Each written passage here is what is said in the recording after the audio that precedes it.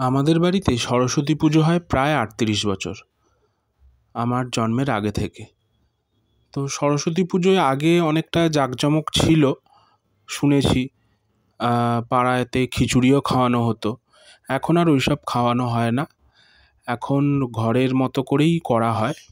তবে দধিকর্মা যেটা বানানো হয় সেটা পাড়াতে বেলানো হয় সবাইয়ের জন্য, আর সবাই খেয়েও বলে বেশ ভালো হয়েছে। নিজের বড়াই নিজে করছি না, মানে সবাই বলে তাই বললাম। তো আমাদের দধিকর্মা মোটামুটি সব ধরনের উপকরণ দিয়েই মাখা হয়।